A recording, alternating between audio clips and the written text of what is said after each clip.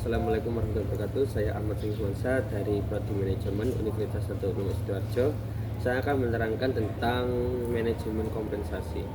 Apa sih manajemen kompensasi itu? Manajemen kompensasi adalah proses pengelolaan seluruh bentuk imbalan atau bisa berupa uang ataupun non uang, ya, yang diberikan kepada karyawan sebagai balas jasa atau kontribusi mereka.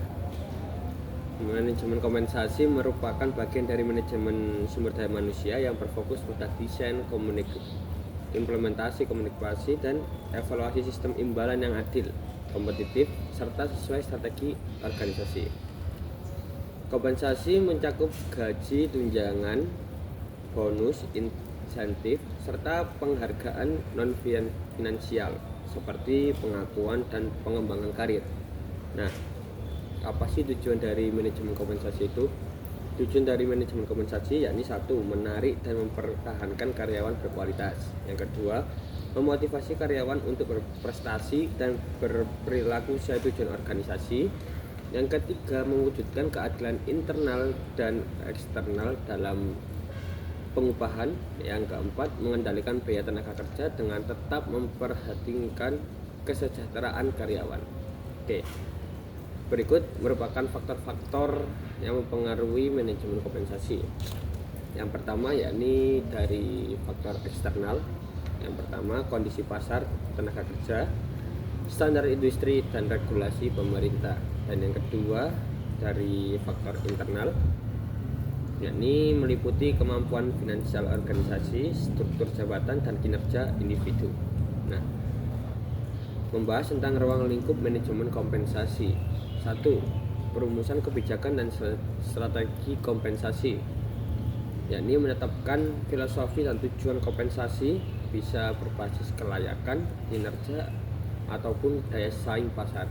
Yang kedua, analisis dan evaluasi jabatan, yakni menguraikan tugas dan tanggung jawab setiap posisi serta menentukan nilai relatif antar jabatan.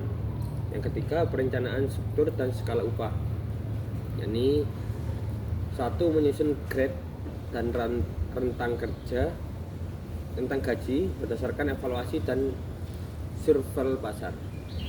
Yang keempat, menentukan jenis dan komponen kompensasi, yakni meliputi finansial langsung, gaji, bonus, insentif, dan komisi. Yakni meliputi juga finansial tidak langsung seperti tunjangan, asuransi, pensiun, dan cuti berbayar.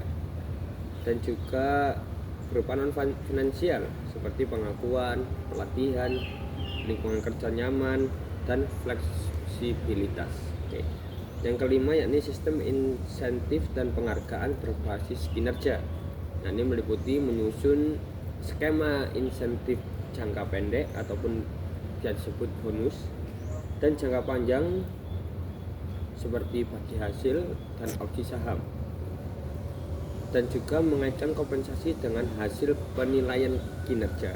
Nah, yang keenam, administrasi dan pelaksanaan kompensasi. Ini meliputi pengelola proses payroll, tunjangan, dan fasilitas. Dan juga memastikan kepatuhan terhadap regulasi ketenagakerjaan seperti UMR, lembur, dan jaminan sosial. Dan terakhir yakni ketujuh, evaluasi dan pengendalian sistem kompensasi, yakni meliputi menilai efektivitas dan esensi sistem kompensasi, dan juga melakukan review berkala sesuai perubahan kondisi organisasi dan pasar kerja. Sekian dari saya, terima kasih.